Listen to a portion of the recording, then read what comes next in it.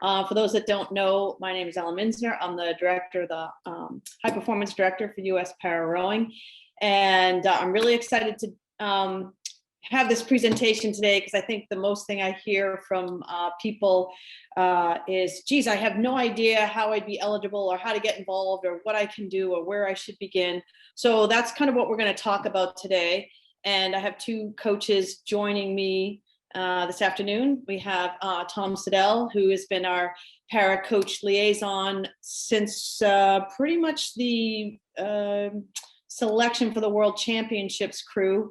So we had a bit of a redirect there when the Worlds were canceled, and Tom came on as a coach liaison to get that squad refocused on some new goals and some new timeframes. So he's been a great help to our program, and you'll hear from him a bit later. And we have Jenny, who has also been in the PR3 mixed 4 as a coxswain. She actually was the coach of Hallie, our PR1 women's single sculler this year at Tokyo. And we just kind of want to talk about some of the different pathways that we are trying to outline over the next 3 and 4 year cycle up to 2024 and 2028. So maybe Tom and then Jenny, would you guys just give a brief introduction for yourselves? Yeah, totally. Well, first off, thanks to Ellen and USRowing for inviting me on. This is great. I'm super excited for this. My background started rowing towards the end of high school, actually. Rowed at a school down in Connecticut, and then came back, started coaching, and made a few stops at UMass. Did a graduate program here in Boston. Spent a little bit of time coaching at a intern role at Harvard, and have been at Tufts ever since. And do a little bit of other coaching through Boston as well with CRI. Been around CBC and Union. But yeah, really excited about this new role. It's been a ton of fun, and excited to kind of dive into it a little bit and some of the resources we have for the athletes. Jenny? Sure, I will introduce myself. Hi, everyone. My name is Jenny. I'm a Caucasian female with dark brown hair braided to the one side. And I was a coxswain, as Ellen had mentioned, for 7 years on the US national team and won the silver medal in the Rio boat. And then this past year made the jump over to coaching into the launch, and actually had the opportunity to coach Hallie Smith at the Tokyo 2021 games. So I am really excited to be in this role and really kind of tackle PR1, PR2 rowing in the US and making it extremely competitive, because I'm competitive. I don't know if y'all know that. Yeah, that's awesome. Yeah, so a couple of quick housekeeping. I see some people still joining in. That's great. What we're going to do today is, if you have substantive questions, use the Q&A. If you, but for the chat, as you roll in, why don't you let us know who you are, where you're from, just a name or town, or whether you're an athlete or a coach or just someone interested in the process. We would love to hear that. So the chat will be used for more just interactive, high fives, little comments back and forth, and questions will be monitored, and we have Brett's going to help us monitor that, make sure we get to all of your questions. So we will go ahead and get started. Sharing my screen here.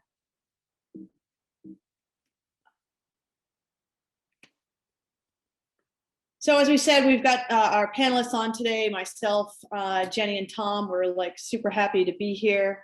I think that one of the things we really want to make sure that people really understand as we set our sights on Paris and LA 2024 and 2028, that the Paralympic movement is not just about, you know, the athletes that are currently training and the coaches that are currently working with them.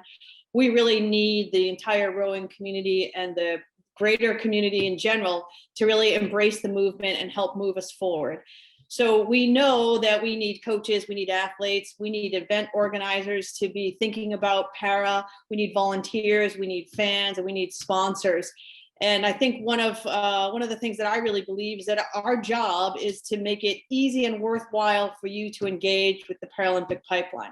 I know there's a lot of information. Sometimes it's confusing. Sometimes it can be a bit frustrating. We're still learning and evolving, but our job is to try and make it a bit easier for you to help us. I think it's important to understand as we think about where we're headed, super important to know where we've been. And if you've not been involved in para rowing, you may not be aware of just how much has changed since Rio. It feels like there's no way this could even be possible, but in Rio, we raced 1,000 meters. And it had been that way since the beginning of the Paralympics. The athletes that were involved in that crew and in subsequent years, we really had a message of equity and equality that we were trying to get across. And not to say that it was just us, but there were a lot of other people who felt that way as well. So not only have the distance now been made equal to the Olympic distance, also the medal bonuses are also equal, which was a huge change from Rio 2016 to the Tokyo Games, that the medal bonuses were the same. Para rowing at the World Championships have also increased. We now have pardon me, I just went too fast through my slides. There we go. That's why I shouldn't monitor the own thing. At the World Championships, we've added events. We now have small boat events that help build for the Paralympic events, so that we are now at 9 events with 19 athletes. And that's a big increase.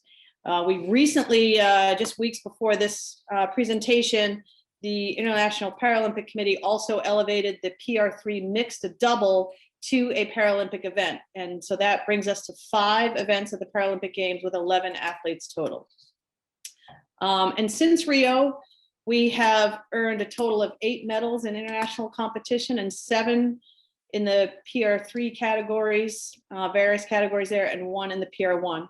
And I make this point because this is a message we want to really convey throughout this presentation, is not necessarily the difference really of PR3 and PR1 or 2, except for the fact that I do want to make it clear that 100% of the athletes in the silver medal Tokyo PR3 mixed 4 crew rowed competitively in college.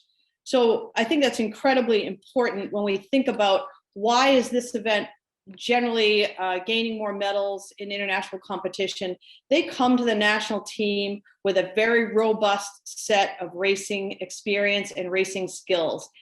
And we really are going to rely on the US high school and collegiate system to keep our PR3 events moving forward and being as competitive as possible. But we know that that is one of the key factors that allows them to be that competitive on the international stage. So we're going to be looking at ways where we can create that type of robust and developmental racing opportunities for the fixed seat categories. So when we think about different pathways to the Paralympics, the PR3 are a physical impairment, but these athletes are able to use a sliding seat, use the full body motion that would be typical in a high school or college rower. That's why the pathway for the PR3 is going to remain in that high school and collegiate system. We want to be working toward identifying athletes that have the ability to stay in our program long-term and develop as any athlete would along a long-term development model. So we are definitely looking at the U23 and U19 athlete set as we think about our goals for 2028.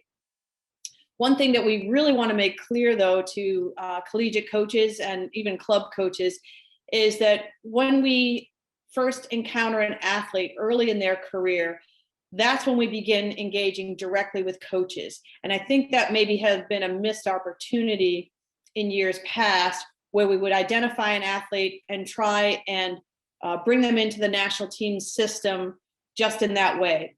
However, we realize now that what we really want to do is not only recruit more athletes, but we want a very engaged, informed, and aware population of coaches. So that even if you do not work with an athlete with a disability yourself, you would have the ability to help refer an athlete to the system. We know these athletes are out there. We know that there's another John Tangway or Charlie Norden out there rowing in college somewhere or in high school. We know there's another Danny Hansen or Allie Riley out there rowing.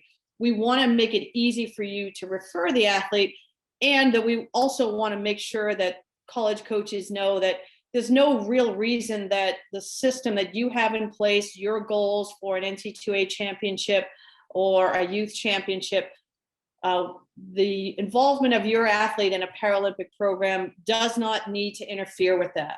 If the athlete is going to be in your varsity program, we want to give them the time to develop in that program without sort of poaching athletes or having an athlete compete with or have conflicting information from two different sets of coaching, because we know that that's the best place for these athletes to train and to get better is in environments where they are fighting for seats against people who are better than them or maybe have more ability than them.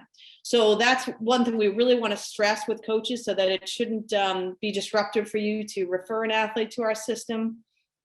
And we also want to make sure we extend the opportunity for coaches who are working with PR3 athletes to have opportunities to interact with the staff of the US Para High Performance team. And we do that by inviting you to participate as a coach at some of our high performance camps.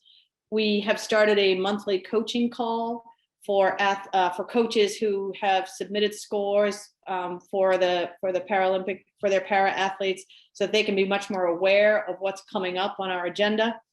We have materials via the USOPC's Paralympians Made Here campaign. I know that some of the athletes had that, their collegiate flags and logos there over in Tokyo, taking photos so that the colleges where these athletes were, I don't want to say where they were raised, but where they really gained all of their skills, could really get credit and notoriety, so you have something to give back to the program. So for the most part, the athletes that come into our program, we will remain with a summer type of selection for this year for the PR3 and possibly into 2023. So that, again, just letting you as coaches know that our selection for the PR3 for this year and possibly the next year will definitely not be in conflict with a collegiate system. So I think that's very important to know. When we think about the pathway for PR1 and PR2, while we know we are trying to develop opportunities for athletes with disabilities to compete at the collegiate level, that would be amazing, and we continue to push for that and find ways where college programs can make reasonable accommodations when necessary to make an opportunity for somebody in a PR1 or a PR2 category to still represent their school. So incredible opportunities with the Dadvale Regatta has stepped up in a big way to offer opportunities for collegiate athletes with disabilities who aren't really suitable to compete on the current team, which is focused on eights. I mean, we don't race singles at the collegiate level. So we want to make sure that there's good pathways. So Dadvale and hopefully some others will really step up. But we know that for the most part, the way we identify a PR1 or a PR2 rower is going to require a different pathway of communication with us, and for now, a slightly different structure. So, of course, the first place is our own club adaptive programs. Those have been growing recently, and we still want to make sure that they have ways to find the para high performance system and engage with it. Also, I think an incredible opportunity exists right now in indoor competition, because it can be virtual or in person. We realize that a lot of athletes in the PR1 and PR2, the easiest point of entry for them is going to be on the rowing machine. And indoor competitions have gotten very creative with how they offer different events, a range of events for people with disabilities. The format that they can compete in, there's been everything from NC2A style brackets. So it's much easier for an athlete with a disability who maybe in a PR1 or PR2 category to find their way to our sport through indoor competition. I think that's probably happening in a lot of ways, but we also know that many of the PR3 rowers, that you have to have so much more on water time that it may not be the best way to identify people in the PR3 category or even a junior category. The other way we have is we want to start emphasizing our multi-sport para events. Multi-sport meaning a number of different sports offered for people with disabilities. There's a high crossover potential for athletes who have mobility impairments that are significant enough that would make them eligible for PR1 and PR2 rowing. And for those of you on the call, I know we've got about 25 or 30 people on right now. PR1 and PR2, we're just going to call it fixed seat, and we'll get into those differences a bit later. But I put some examples up here in the illustrations. We have Blake, a great example of a crossover athlete crossing over from rowing to canoe kayak, but highly successful. So I just want to point out that that ability exists for the athlete to cross over. And so we're going to use it on the flip side, where we partner with other multi-sport organizations such as Angel City Sports. I think Liz is Liz Greenberger from Row LA. She's going to be presenting on some of their efforts to get involved with para rowing, and they've teamed up with Angel City Sports in LA. And that's a great multi-sport event that we're going to hopefully be a bigger and bigger part of in the coming years. But that the athletes that are already engaged in these multi-sport events have a way to find rowing first through indoor and then on water. We work a lot with Adaptive Sport New England and Boston, and we've gotten some great referrals from them into our program. And then I just list, two of the main ones that are kind of on people's radar coming up in February. The Crash B World Indoor Rowing Championships have a great number of adaptive and para rowing categories offered there. And Enduro is coming up, another online event, some in person, but just one of the many ways you can find in-person and remote competitions via indoor rowing. And again, since we often find the athletes through these maybe non-conventional ways, we do again want to connect directly with coaches if we can in that area. But a lot of times the athletes in this category will find us and they don't have a coach. So our first job is to figure out where they might be in the pipeline and to maybe refer them to a resource in their local community, because that's going to be the best way that they can grow and develop and see if this is something that would be of interest to them and a rewarding experience for them. We also often hear from programs looking to start para and adaptive rowing programs within their current club. And I'll say on the flip side, if there is a multi-sport organization such as Adaptive Sport New England or an Angel City Sports or Angel City Games event happening, connecting with those organizations can really help you get started in your own rowing program, because they may not know rowing, but they have worked with a population of a wide range of disabilities. And it might be a great way not only for you to find athletes, but for also you and your staff to get some exposure about how to work with the people that are already in these organizations.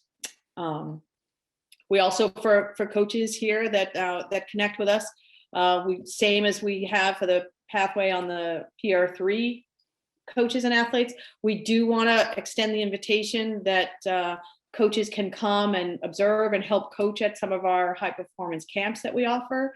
Not just selection camps, but we do some winter training camps and short-term clinics, etc. It's a great opportunities to get exposed to like how we do things on the water at the national team, and also again to participate on those monthly coaching calls if you've got an athlete that's submitting scores on a regular basis that we want to help you understand where that athlete might fit in the greater picture of other athletes within their age group and within their specific category.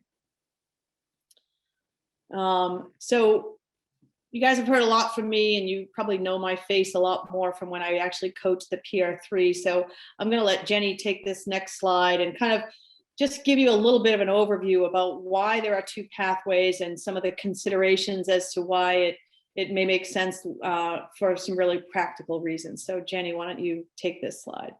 Will do. And just before I take the slide, we did have one question come in. Has the certification process for PR1 changed since the rules changed? So the rules did change, but I believe the certification process, and by that, the classification process for determining a PR1 athlete versus a PR2 has not changed, as far as I know. Correct me if I'm wrong there. That's correct. And I think, you know, we have just PR1, PR2, PR3 in para rowing, and there are many other sports that have multiple categories. So I think the PR1 is the most challenging event because of the range of impairments, which is a direct effect on the ability and the length and the leverage, quite frankly, and leverage is everything in this sport. So I agree that the PR1 category, it is a challenge. But we've got, well, maybe we're going to have Jenny talk about that a bit later. Ellen, you're taking my thunder. No, that's okay. Someone said that the other day, and I think, well, people need to hear this reinforced. There's no way we're going to say one thing and they're going to absorb every single thing that we say. So it bears repeating. We're looking at you know, different seat setups for the PR1. We don't see any change in the very near future to the classification rules. However, that is talked about quite a bit at the international level among the athletes and the coaches. And probably I'll just say more to come on that from the international level. But the answer to the current question is no, the classification itself has not changed. And with that in mind, I think we can kind of go into the two pathways area.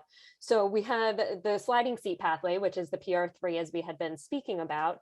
And then we have the fixed seat pathway, which is the PR1 and PR2. And I think the largest difference in these two is the actual time to get to competition level.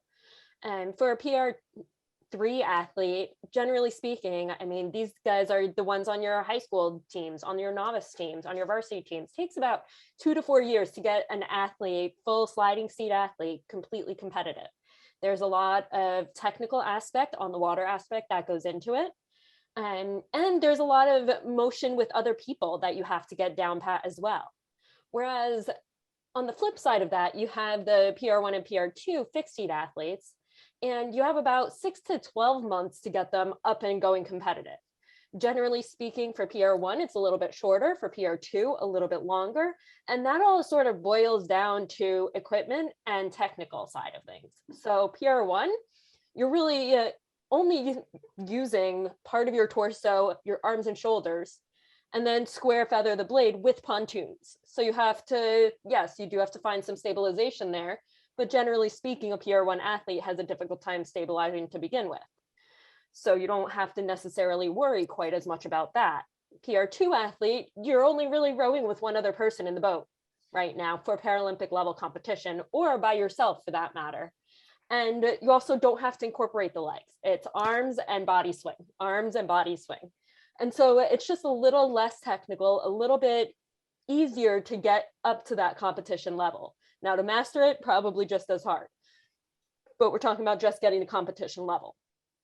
And now another kind of difference with that, while the overall like oar technique and rowing technique might be a little bit easier, the actual equipment optimization time for PR1 or PR2 athlete is generally a lot longer.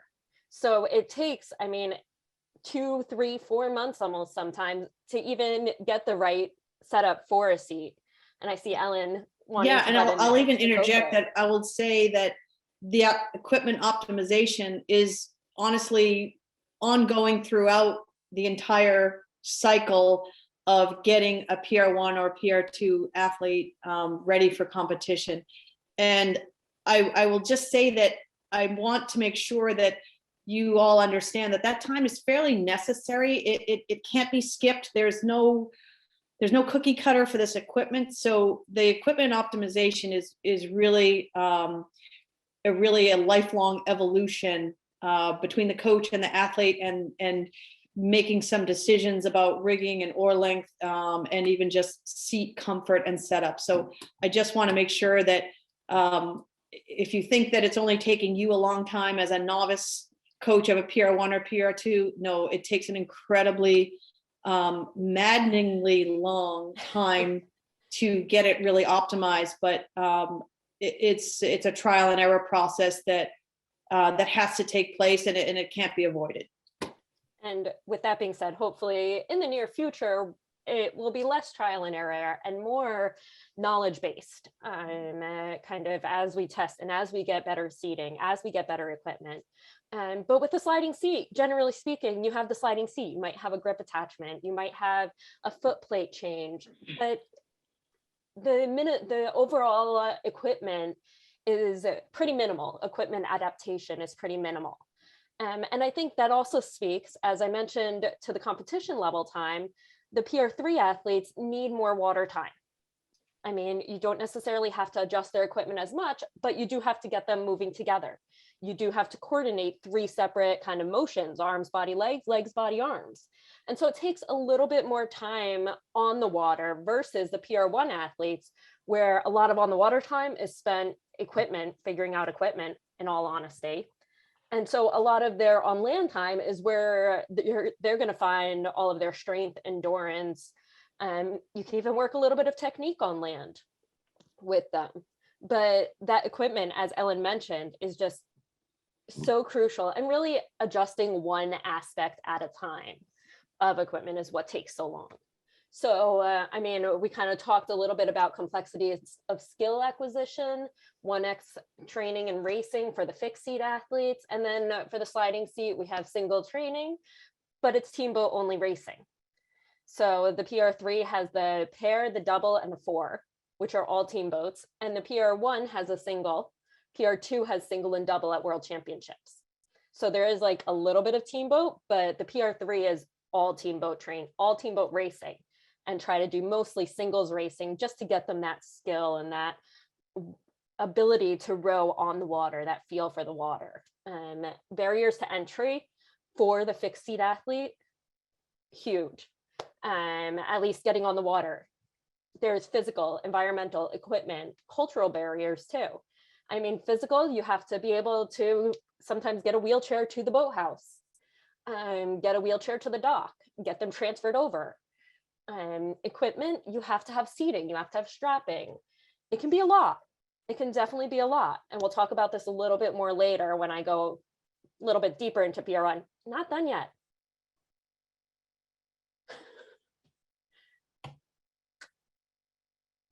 It's okay. Sorry about that. So that's okay. I'll just keep going. So for the PR3 athletes, generally speaking, it's going to be a lot more water time. We'll just kind of summarize here. It'll be a lot more water time, a lot more training on the water time, a lot longer barrier until you get competitive in the boat. PR1, PR2, a lot shorter period, a lot more equipment adjustment on the water, and a lot more on land training time. I hope that summarizes appropriately and makes sense for everybody. If not, throw a question. Okay, moving on. We're going to go to the fixed seat coaching considerations now. So as I mentioned at the start of this, I coach Hallie Smith, the PR1 woman at Tokyo 2021. And I also have been around the national team adaptive world since 2009, actually. So I've seen a lot of PR1 athletes. I've coached a lot of PR1 and PR2 athletes. And the main thing that I want to drive home today for everybody that's on the call is it's not necessarily what your athlete is diagnosed with, it's how your athlete injury is presented. So let me explain that a little bit more. You might have an athlete that has a mid-lumbar injury, let's say, but they present as a lower lumbar injury and get a little more range of motion than what they can do. So they might be classified PR1 or PR2. Either way, you want to train them at their kind of like top tip level. So if you have an athlete that has, let's say, a mid-level injury presentation, you might strap them there because that's going to be like their juice. That's where like they need the strapping for racing. When they go hard, they need it there. But for actual training, you kind of want to train them with the strap maybe a little bit looser or a little bit lower to really strengthen all of the muscles that they can around that area. And that's what I mean when I say athlete injury presentation level. It's kind of like they present in one place and they may or may not be able to race in that place, but they can definitely try training in that place and working towards ultimately racing in that place. And then also taking into consideration the athlete's current ability level. I think for PR1 and PR2 athletes, it is so easy to overtrain them. I mean, we're talking about these injury levels that can be mid-level. And when you kind of take that strap down a little bit, you got to be really careful because all of those tiny muscles that they haven't been working for years, all of a sudden might start twitching, might start working. And it's so easy to just pull them, get them out of whack, overtrain them, injure them further. They're so prone to these sort of smaller injuries per se. And so I think you really have to take into account your athlete's current ability level, push them a little bit, but not so much so that they injure themselves. And I'll talk about that on my next slide a little bit more. And then I think other challenges to coaching fixed seat athletes at the national team level specifically are mental health. I mean, this goes for any national team athlete, any athlete in reality. But mental health challenges can be extremely relevant and present when an athlete rows and trains. And so it's definitely something to sort of watch out for and adjust for with your athlete, talk about with your athlete. And then with the spinal cord injury athletes, comorbidities. A lot of times these athletes have more than just their injury going on. And I'm saying injury, this could be a birth disability from birth disability. This could be a car accident. I just say injury because we're talking about an injury level, that injury presentation level, versus actually like someone with spina bifida who was born with spina bifida has an injury presentation level of lower kind of core stability, no leg stability. That's more what I'm talking about, just to clarify with everyone a little bit. So those comorbidities, though, may make it difficult. If you know that someone has an injury from a car accident, all of a sudden they're slamming back against their seat. Next thing you know, they get another herniated disc in their back because they were more prone from the car accident to begin with. I mean, that's an extreme example, but you have to be aware of that as a coach, especially when you're training them as hard as we train our athletes. Next slide, Ellen.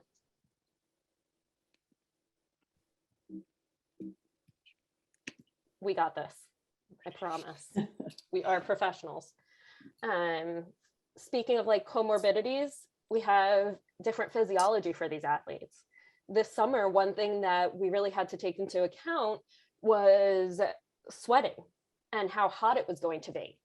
A lot of times these athletes are more prone to really hot conditions or really cold conditions and can't necessarily regulate their body temperature as well. So kind of when you start training an athlete of this nature, take note of that, kind of ask them beforehand, hey, do you have any predisposition to effects of heat or cold? Do you sweat in your legs? If they don't use their legs, a lot of times these athletes don't sweat as well in their legs. And just note that they are going to have that different level of physiology. And I think that also comes into play when you're creating workout plans for them and training plans for them and weights for them too. You know, these athletes are going to get really good benefits from doing timed pieces, but may get a different benefit from doing a metered piece that you would have for a PR3 athlete. It's all kind of plays into the different physiology that these athletes have and how long it might take them to complete a piece. So the last sort of thing that I want to talk about with everybody about these fixed seat coaching considerations is what I had mentioned kind of originally about pushing limits, but not overstepping them. So, I mean, when we're training for national team level, you want this athlete to be as strong and as fit as possible. And you have to push the limits. of what they're capable of. So that might mean training with the strap lower. That might mean training in a boat that's less stable. But make sure that you listen to the athlete. Listen to the athlete. If they're saying, I'm really not comfortable doing this, or no, my body is not happy with this, listen, it's okay. You can talk to them and work with them to figure out what might work in that situation. Also, major thing in para rowing, be open to creativity. You have to have an open mind to trying different tactics and working around the challenges that come up.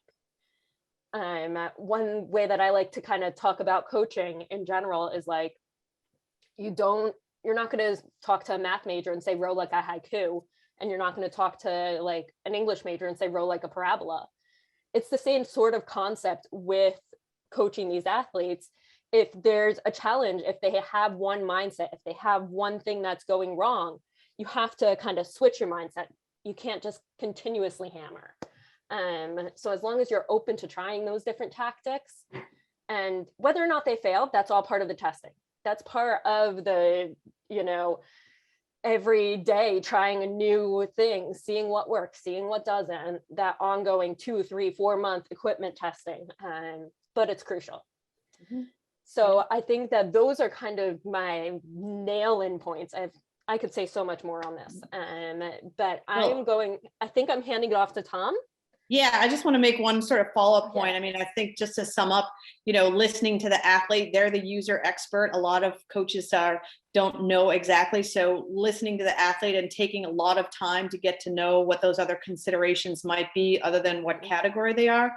And the other thing that you mentioned, Jenny, is like, mainly we, of course, as coaches want to do no harm, especially in those first interactions with an athlete.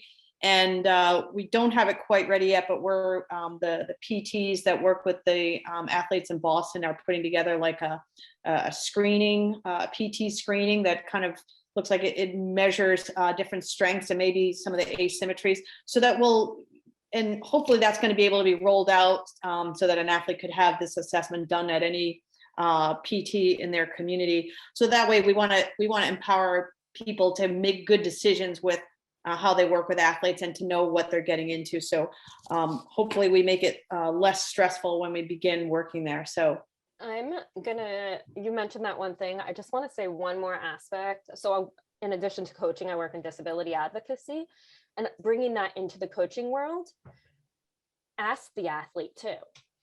You can listen to them, but ask them. Mm-hmm. Especially if you're a coach that wants to get into high performance level training, you have this awesome athlete. Like Ellen said, they're the user. They know what their body is going to do. They know how to transfer, what would be the best way to go about doing this. Just ask them and then listen. Great. And speaking of questions, if you have questions for Jenny or anything else, you can throw that in the Q&A.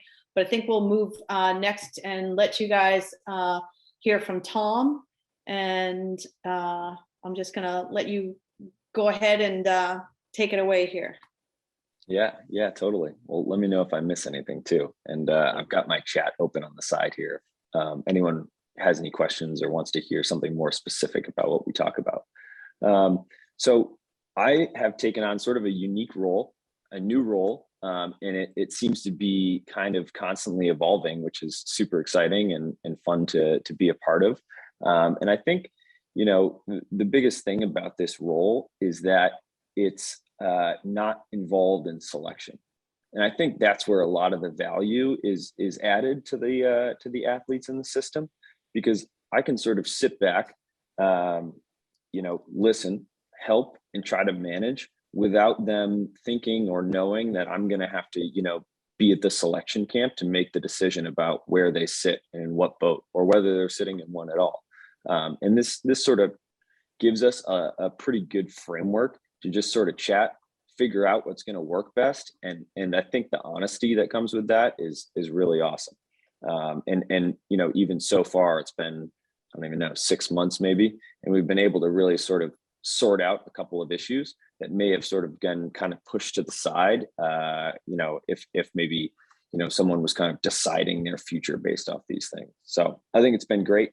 But yeah, I mean, to kind of describe the role, one of the biggest things I do is try to manage the training program, especially the communication of it and the organization of it with Ellen and the other coaches. And we store the national team training program on Training Peaks. We send out an outline every month to all the coaches and athletes that are involved kind of at the high performance level. And there's kind of some steps to get to that point. But again, using Training Peaks, if you haven't checked it out, it's some really cool software that you can, message your training program, store the workouts on each day. And then also as the athletes upload their data, if they're using things like smartwatches, their phones, GPS, any of that stuff, all of that data can be uploaded. So we can kind of, part of my job is to look and see, how much time are they spending in different heart rate zones? How much time are they spending rowing versus cross training versus lifting weights, that kind of thing. And so, yeah, Training Peaks, super cool, great tool. Definitely check it out when you have some free time. And so besides that, the other big thing is just managing the physiology testing. So again, we're kind of talking about the high performance group athletes, especially the ones local at the High Performance Training Center, which is CRI in Boston. And so what we're doing there is a lot of lactate testing. And I'm happy to, kind of dive deeper into that if anyone's interested, but we're, doing that on a regular basis. We've got some strength training outlines, and a lot of the athletes actually work with their own trainers or their own groups, but we do want to kind of provide something as an outline, and especially for those that need ideas or resources or don't have access to those resources. So that's been pretty cool. And then the final piece is just doing a little bit of analysis with their baseline testing. And every month we have some baseline workouts that we're completing. Maybe we're changing the rates or changing the rest. And I think, one thing that Ellen has done really well is try to store the data. And so we can look back month over month, see similar workouts and see, hey, is this actually working? Are we doing what we need to be doing? And if not, it's been good so far, but if not, we could adjust, right? And we could figure out what we need to do next. The next big piece is just kind of meeting to consult with all athletes that are entering that high performance group. And just as a couple of examples, people returning from time off, the athletes that are maybe coming back from the Paralympics, the athletes that were in the last cycle, but are thinking, hey, I want to give it a go again. And then some of the other common things that come up, people wanting to maximize recovery. We have athletes that are, at least at this level, are all adults. And, some are doing PhDs, people working full-time jobs, people in, other aspects of school. And a lot of the time I feel like I spend trying to work with them about how can we maximize your recovery?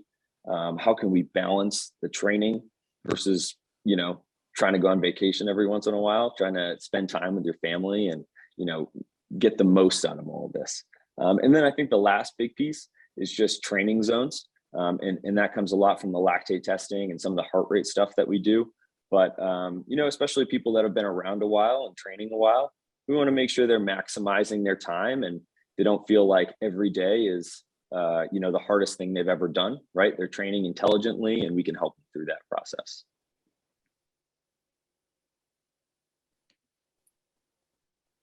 And for this next slide, we've got sort of some of the resources.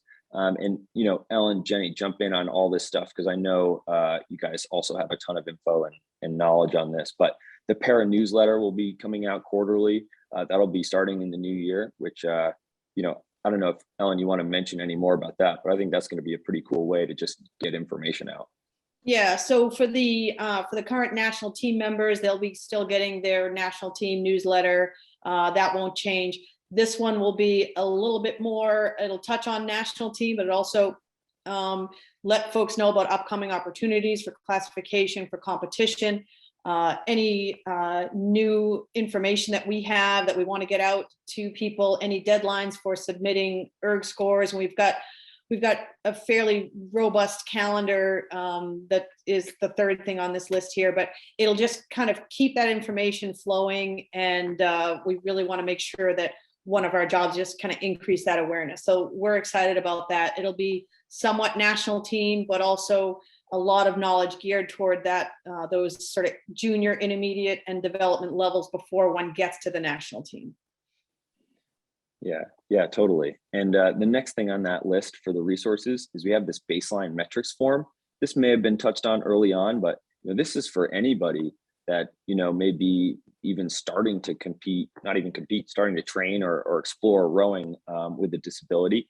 And this is just how we get in contact and store the information. Again, more data. It's got some basic stuff on it to fill out.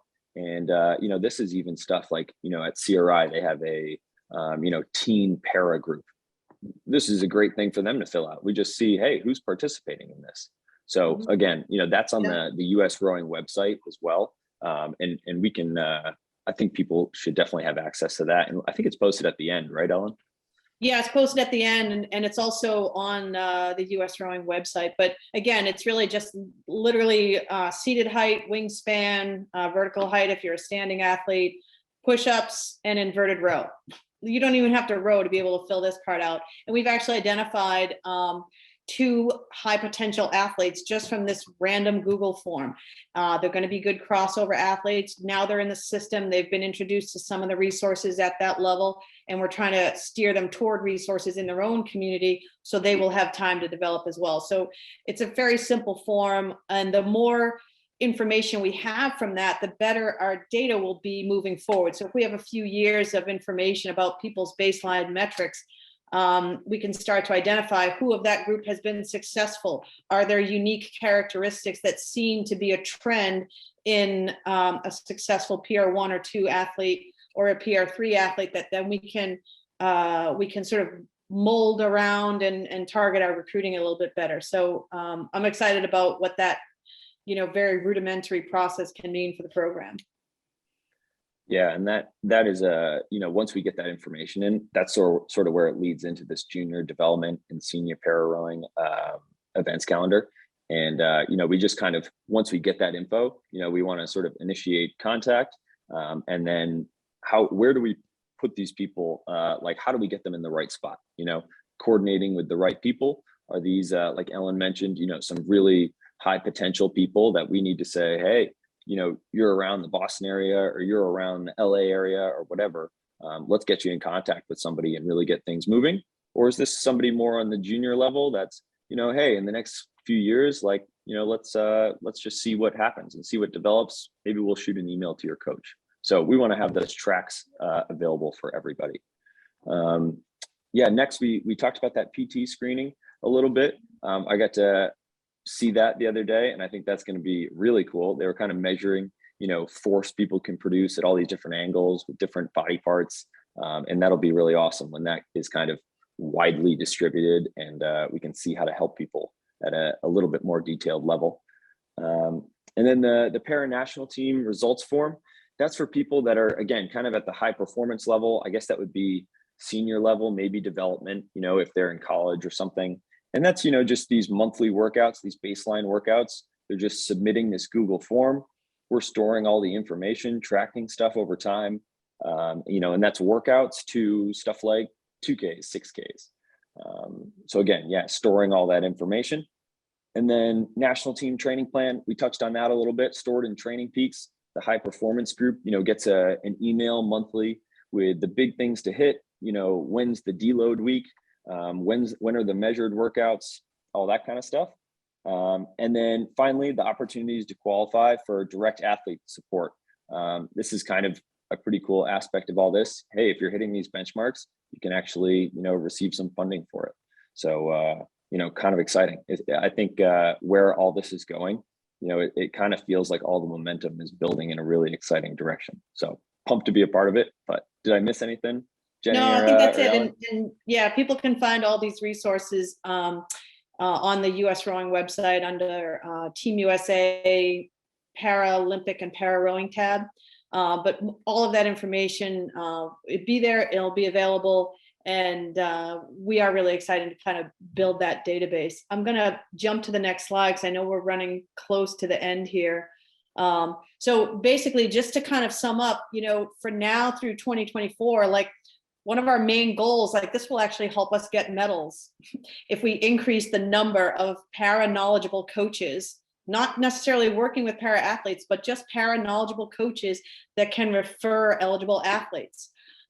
It's on us to create clear pathways for athletes and coaches to engage with our system. So hopefully the Google Forms are accessible to lots of people. We'll try and get a little more sophisticated as we go, but it's working right now. There's a good flow of information because I'm not always available to answer every athlete question. And that's where Tom comes in to kind of relieve some of that bottleneck of all range of questions.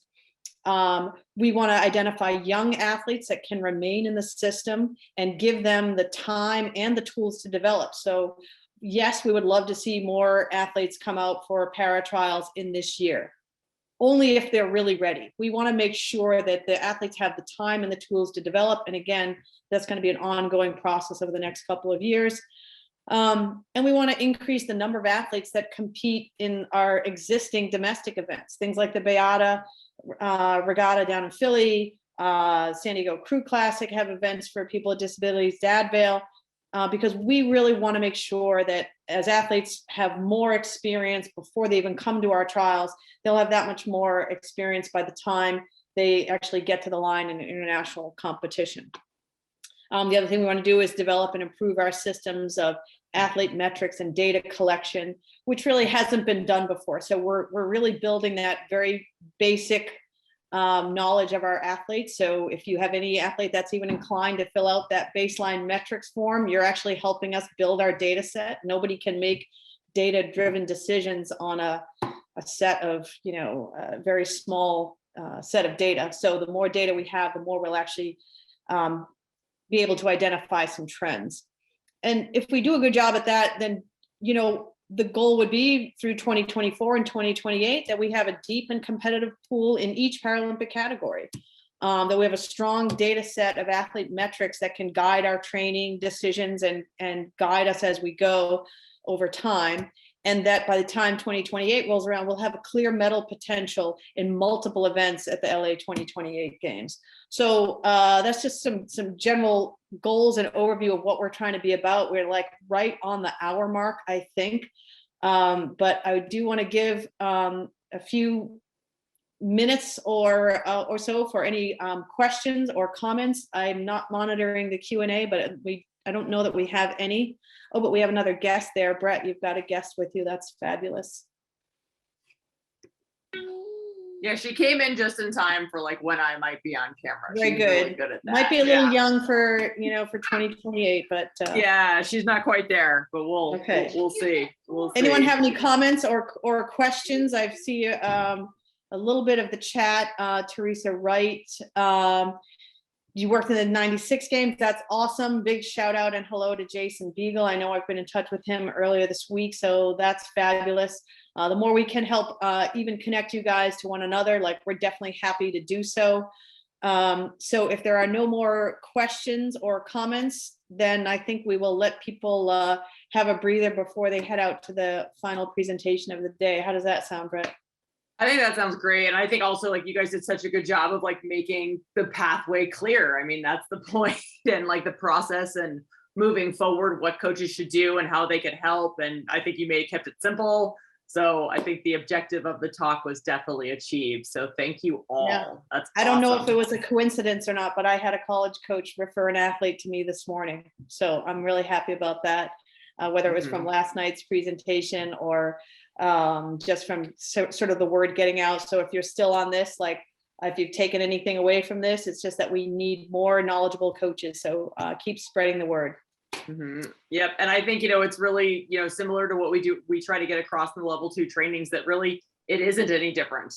The identification process, it's, coaches talking to each other, everybody having one concerted effort and knowing what the pathway is. So whether it's para or, the traditional rower pathway, it's the same in that way. So thank you all for making it clear and creating these pathways for everybody.